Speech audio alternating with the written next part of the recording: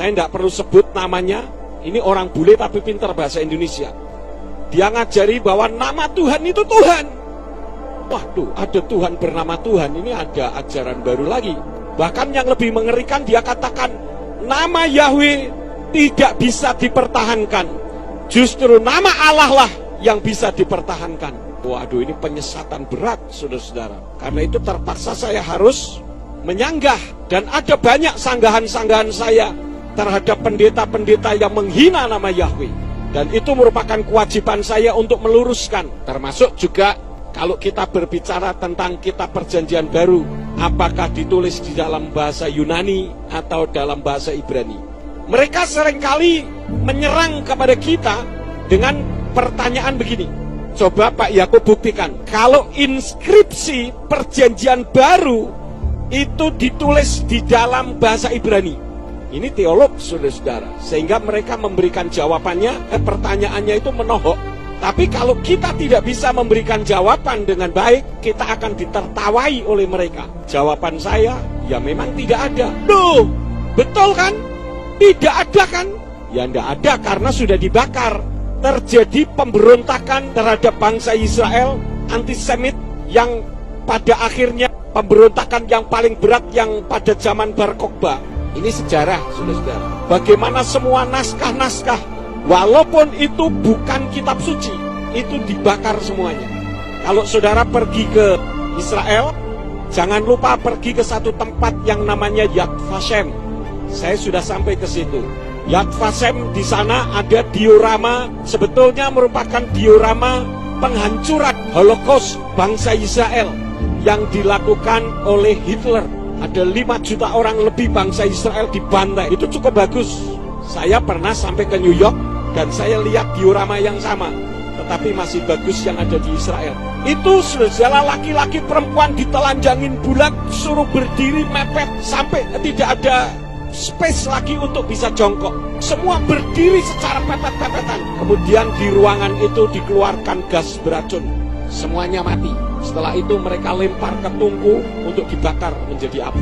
Ini yang terjadi pada saat itu. Dan di sana diterangkan juga semua naskah-naskah bangsa Israel, baik itu cerita biasa maupun kitab suci yang berbahasa Ibrani, semua dibakar. Bahkan pada zaman Bar Kokhba, segala sesuatu yang berbau Ibrani juga dihancurkan.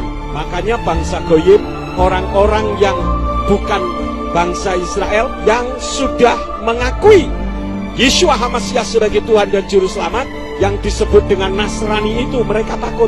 Maka mereka ibadahnya tidak lagi hari Sabtu, tetapi beralih ke Minggu. Itu karena ada zaman pemberontakan dulu, sehingga terjadi peralihan itu. Nah, saudara-saudara, kalau kita melihat tentang bagaimana pembakaran ini, memang saya tidak bisa membuktikan. Mereka sudah tertawa dan mentertawakan saya. Buktinya tidak ada. Saya tanya balik. Pertanyaannya begini. Saya sekarang ingin Anda membuktikan kepada saya.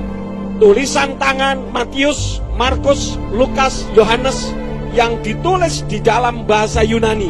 Tolong buktikan kepada saya. Tidak bisa juga membuktikan. Karena memang tidak ada. Nah, saya pertanyaan yang kedua. Saya tanya, pernahkah Yeshua HaMashiach mengajar kepada murid-muridnya untuk mengasihi Allah? Enggak juga, karena Allah tidak dikenal di Yunani. Lalu kenapa Anda ngotot harus Allah? Ini kan sesuatu pemaksaan. Mereka bilang penyembah Yahweh itu hanya bertumpu kepada nama. Saya juga katakan Anda juga bertumpu dengan nama. Cuman kami nama Yahweh yang kami blow up. Anda memblow up nama Allah yang tidak ada di dalam kitab suci kita. Sementara nama Yahweh tertulis 6.000 kali lebih, tetapi hanya ditulis di belakang di bagian kamus. Ada orang mengatakan YHWH itu tidak bisa berbunyi. Saya bilang ya tidak bisa berbunyi karena Anda tidak bisa bahasa Ibrani. Baca saja Anda tidak bisa. Saudara bisa buktikan banyak pendeta-pendeta ketika disodori huruf-huruf Ibrani, mereka cuma senyum saja. Kenapa? Karena tidak bisa membaca. Ini sesuatu yang ironis. Sementara saudara kita umat Islam, bukan kiai pun bisa membaca huruf Arab. Tetapi pendeta-pendeta banyak yang kurang memahami. Kurang memahami kalau diajar tentang nama Yahweh. Menerima itu masih mending. Sudah tidak ngerti, ngotot lagi. Ini yang repot, saudara. Dan kita harus mampu membuktikan itu. Yang jelas, Yeshua HaMashiach di dalam kitab Matius atau Matius pasal yang ke-22, ayat yang ke-37 mengajar untuk mengasihi Yahweh. Di dalam kitab berbahasa Ibrani berbunyi, Wa yomer Yeshua elai wa ahavta et Yahweh Elohika. Bekal lefafka, ufkal nafsika, ufkal madeka. Firman Yeshua kepadanya, kasihilah Yahweh Elohimu dengan segenap hatimu, dan dengan segenap jiwamu, dan dengan segenap akal budimu. Itu jika sesuai dengan kitab Brit Kadasa, saudara. Yeshua tidak pernah mengajar untuk menyembah Allah di dalam kitab berbahasa Yunani. Dan orang-orang yang menyerang saudara dan saya yang sudah tidak lagi menyebut Allah, mereka pun tidak mampu membuktikan bahwa tulisan tangan Matius, Markus, Lukas, Yohanes ditulis dalam bahasa Yunani. Aneh kalau orang Yahudi nulisnya Yunani. Mereka selalu mengatakan begini, Anda ini lebih Yahudi daripada orang Yahudi. Orang Yahudi itu tidak nyebut Yahweh loh. Mereka sebutnya Hashem atau Adonai. Saya bilang, benar. Anda benar 100%. Tetapi Anda harus ingat, kenapa mereka menyebut dengan Hashem atau Adonai? Mereka menyebut Hashem atau Adonai karena untuk menghormati. Ketika mereka di pembuangan di Babel, mereka menyembah kepada Baal-Baal, berhala-berhala, termasuk gambar-gambar terakota juga disembah.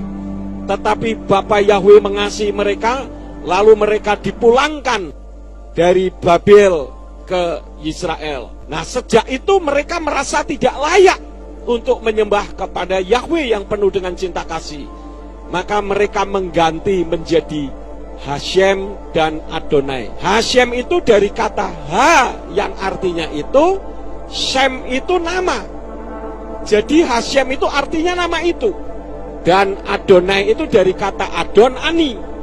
Adon itu Tuhan, Ani itu aku. Jadi Adonai adalah Tuanku. Yang jelas tidak ada Tuhan bernama Adonai atau Hashem. Dan kalau orang Yahudi menyebut Hashem atau Adonai, mereka tahu bahwa yang dimaksud adalah Yahweh. Karena hurufnya Yod, He, Waw, He. Yang mereka katakan tidak bisa bunyi. Saya katakan kalau tidak bisa bunyi, belajar dulu bahasa Ibrani. Kenapa Anda bisa mengatakan Shalom? Bukankah Shalom itu juga tidak berbunyi karena huruf Ibrani SLWM?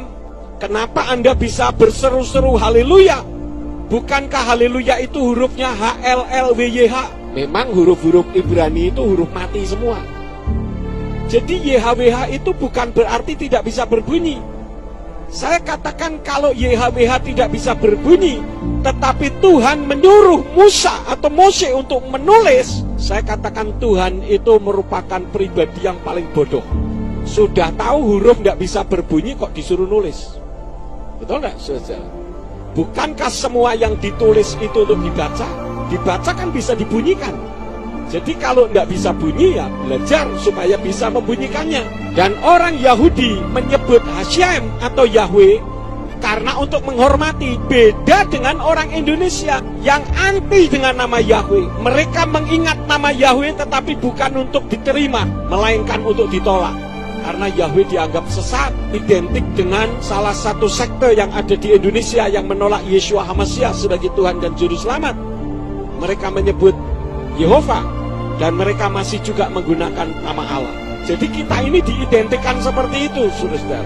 Nah, saya katakan, kenapa orang Yahudi mengganti nama Yahweh menjadi Hashem atau Adonai? Ini yang harus kita tahu. Orang Yahudi mengganti menjadi Hashem atau Adonai karena mereka taat kepada Talmud.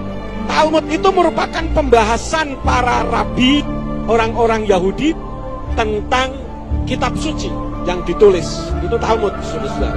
Dan itu tercatat di dalam tiga kitab, yaitu kitab Berakot Sotah 38b, Misnah Sotah pasal 7 ayat 6, dan Misnah Tamid pasal 7 ayat yang kedua. Di mana di tiga kitab ini menerangkan orang Yahudi kalau di luar sinagog tidak boleh menyebut nama Yahweh. Jadi sebetulnya di sinagog mereka boleh menyebut, tetapi di Indonesia jadi tidak boleh disebut semuanya. Yang jadi pertanyaannya, Anda lebih takut kepada firman Tuhan atau lebih taat kepada Talmud? Talmud itu Taurat. Taurat dengan Torah itu beda. Saudara dan saya yang menyebut nama Yahweh, kita itu melakukan Torah, hukum pertama dan hukum kedua. Dan Yeshua mengatakan, aku tidak pernah meniadakan Torah. Jangan membunuh, itu Torah. Sekarang boleh membunuh enggak? Tidak. Jangan mencuri, itu Torah. Apakah sekarang kita boleh mencuri? Jangan berzina, itu Torah. Apakah kita sekarang boleh melakukan zina? Jangan mengingini milik sesamamu, itu juga Torah. Yeshua tidak pernah menghapus Torah. Yang dihapus itu Taurat. Taurat itu teori. Kalau Torah itu artinya hukum atau pengajaran. Ini beda, saudara-saudara. Taurat itu contohnya Talmud yang tadi saya terangkan sampai melarang menyebut nama Yahweh. Zohar, Kabalah, Mitzvot yang ada 613 aturan. Itu semua adalah Taurat. Itu yang tidak kita ikuti. Ya, jadi saudara bisa membedakan antara Torah dengan Taurat. Dulu saya berpikir Torah dengan Taurat itu sama. Tetapi ketika ada orang tanya kepada saya, Pak, saya mau tanya karena di dalam kitab suci kita ini kok ada Torah, ada Taurat, ini bagaimana? Saya tersentak karena saya dulu berpikir sama. Nah, sebagai seorang teolog, saya langsung katakan, saya jawab minggu depan. Saya pelajari dulu. Dan setelah saya pelajari ternyata berbeda. Dan paradigma kita tentang Torah itu yang perlu diperbaiki. Nah, saya tidak berbicara ke situ karena ini ada session khusus tentang masalah itu. Tetapi yang jelas, dengan orang tidak memanggil nama Yahweh, saya katakan justru mereka sama dengan Yudaisme. Karena Yudaisme tidak memanggil